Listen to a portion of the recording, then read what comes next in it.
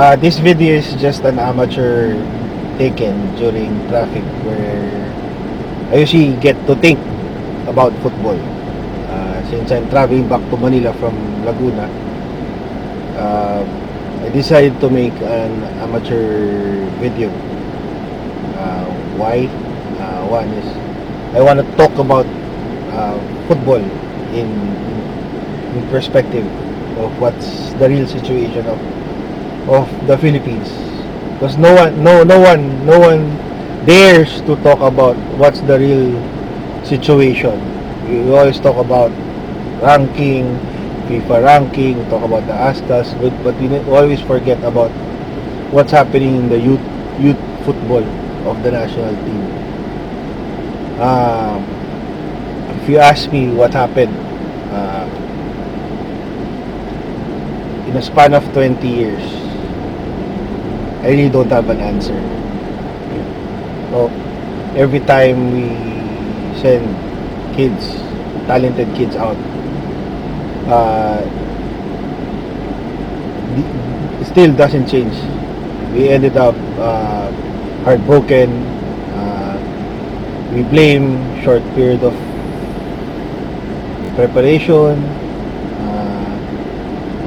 We don't get players that we want, or we get talented players that are, we say, the best, but at Philippine level only. Current situation is, for me, on my opinion, there are always three levels of players. One is Philippine level, two is international level, and lastly is parents level. Siyempre, pag parents, they always say, my kid's always the best. It's normal reaction. For Philippine level, we always see, yeah, they're good here, yes, they're the best here. But when they play internationally, everything changes. Sometimes they choke. They don't play their full potential. Probably lack of experience. My take on what I'm discussing right now is really things need changes in what's happening in youth football. A lot of us coaches are doing our small things. We're trying to fix our own backyard. We're doing our share, because we don't see anyone trying to fix anything for the past years, since the time I was playing for the national team. They say the FIFA ranking increase. Yes, it's because of the ASCAs, but always remember, the ASCAs are players right now who are the best, that were produced not by us but other countries program. Good thing it happened that the Vietnam Miracle, cheers to Chris Greatwich, respect to that person, everything changed for the Philippine football. A lot of kids played, a lot of kids idolized players, which was not apparent during my time. We have the best players before: Freddy Gonzalez, Jan Carmona, Nonoy Figueroa. Yeah, we have good players who played outside, even the late Dave Figueroa. It so happened that we're still lacking, and we're still behind in terms of youth football. Why? I don't have an answer. Like what I said, coaches are fixing their own backyard. We're doing our own thing. We're doing our share, because no one's doing it. It's just sad that people talk about football, but they don't know what's really happening. What's really happening? situation right now is development is really, they say it's progressing, but in what rate? We have all these grassroots program, Kasibulan, everything.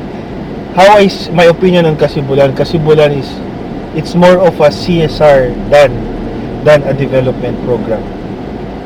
We gave out balls, we gave out training materials, we gave out it, but there's no output.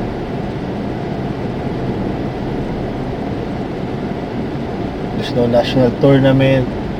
It so happened this year they had a national tournament, but it's too late. Too late for that.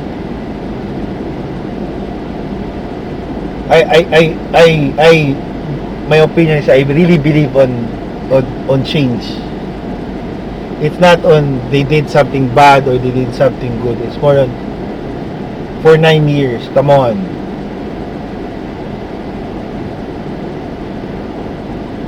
We need to move forward. Other neighboring countries are moving ahead of us already.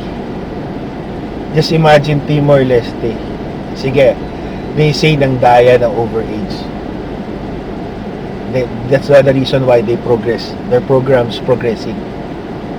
Bakit? Tayo din naman Philippines dati, puro overage tayo dati. I've been there. I've seen yung inaayos yung mga passport nila ng mga teammates namin sa youth. Overage. Ginawa natin yun eh. Pero still, even if we have overage players, hindi pa rin manalo. So there is really something wrong on how everything is being run. Sinasabi there's no budget. Meron eh. Imposibleng wala eh.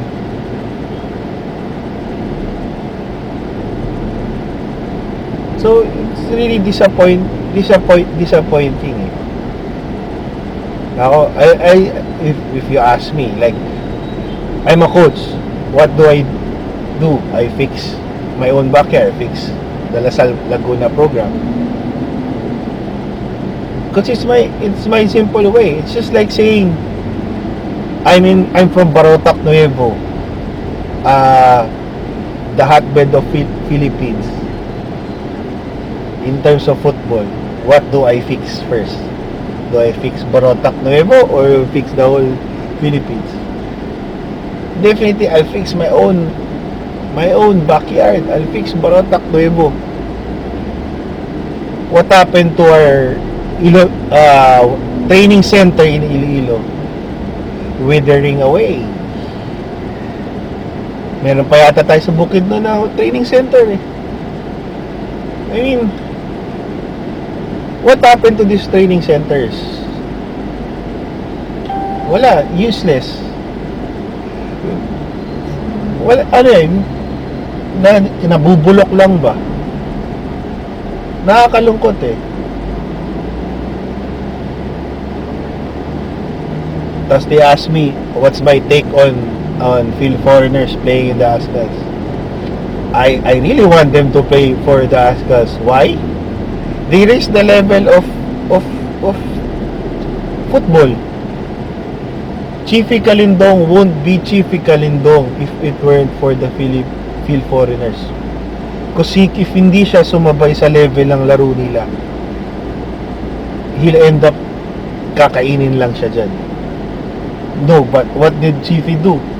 Sinabayan niya yung level ng laro nila. That's why he became one of the best Philippines produce. We need more of a Chiefy Calindong. Ang problem lang natin kasi, it's the program itself. There's no perfect program. Problema, hindi naka-streamline eh. Parang walang nag-uusap eh. Kanya-kanya pa rin eh. 20 years. What tournament sa youth national team, AFF, AFC, na nandun tayo. We qualified or even sa Southeast Asia. Wala. Not one tournament. It's an national team youth.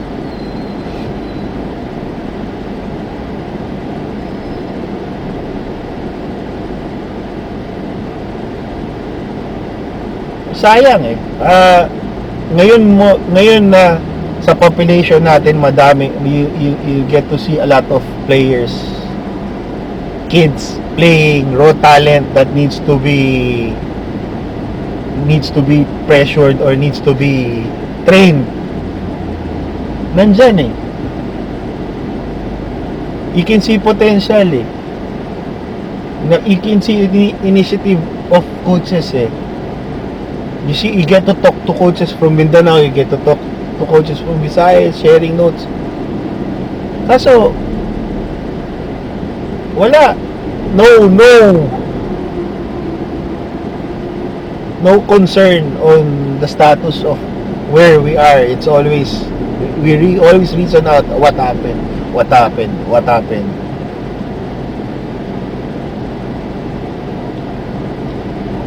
Hindi ba tayo nasasawa? Ako nasawa kasi I was part of the whipping boys ng national team. Nakakasama kaya maglaro na tatambakan ka lagi, tapos nagpapakamatay yung iba, tapos yung iba parang iniisip mo nagbebenta ng laro. Yun ang reality eh.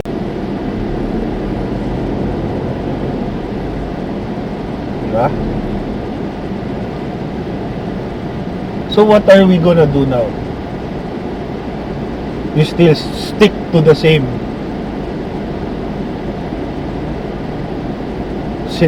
scenario? Balik na naman tayo sa ganito. Tapos they make false promises again. Paulit-ulit na yung promises. Wala pa rin eh.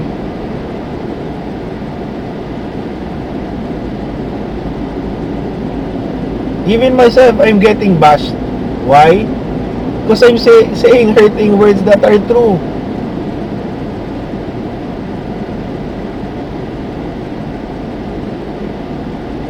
People ask me, who am I? Sagot ko lang, pwede ko sagot dyan eh. Anong province mo? Sasabihin ko sino naging teammate ko sa national team. Siya na lang ang sasagot para sa akin.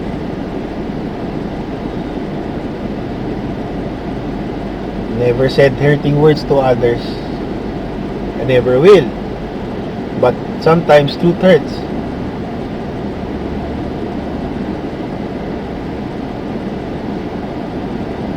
Diba?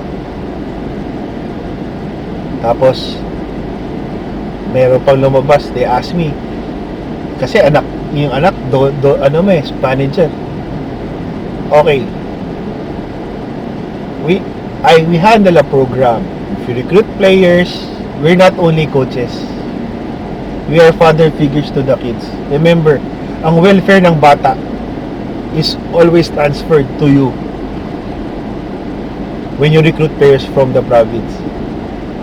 Regardless kung Mindanao, Visayas, Luzon yan. Ikaw sa pamilya, pag walang makain ng isang bata, wala kang pera, anong gagawin mo? Sino unang lalapitan mo? Pamilya mo, parents mo, kaibigan mo, network mo para makihiram ng pera or umanap ng sponsor. It's the same way when you're recruiting players. Yung welfare nila is transferred to you. You help them out sa studies nila. They play football. Kung humingi ng tulong, magsasabi sila, tutulong ka. Kung wala kang mabigay, that's the time there are managers, donors. Diba? I can say yes, I can say no. But if the donor say, I don't want to be named, we respect the confidentiality.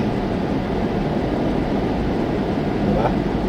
So kung magbigay ng 5,000, 10,000, pera, pagkain, sako ng bigas, tatanggapin namin. Even sapatos na luma, tinatanggap namin. Because we take care, we don't see them as recruit, we see them as our own kids already. Dahil pinasa sa amin ng mga magulang nila yung responsibility na alagaan sila hanggang magtrabaho sila. Hindi hanggang mag-graduate, hanggang magtrabaho. So if you ask me, why am I supporting Ricky? I am supporting Ricky because I want change. I really want change. Whatever is happening in their family, it's way beyond football. Hindi gagalawin ng football yan. Because there's no personal interest in terms of football. Hindi papasok yan eh. The only way football will change if the personal interest will be taken out.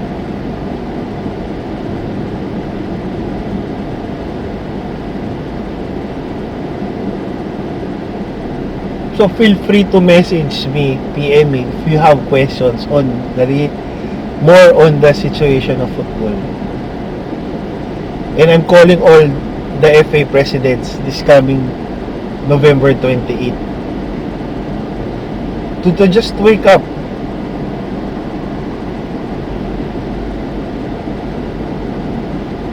And face reality that we need to change.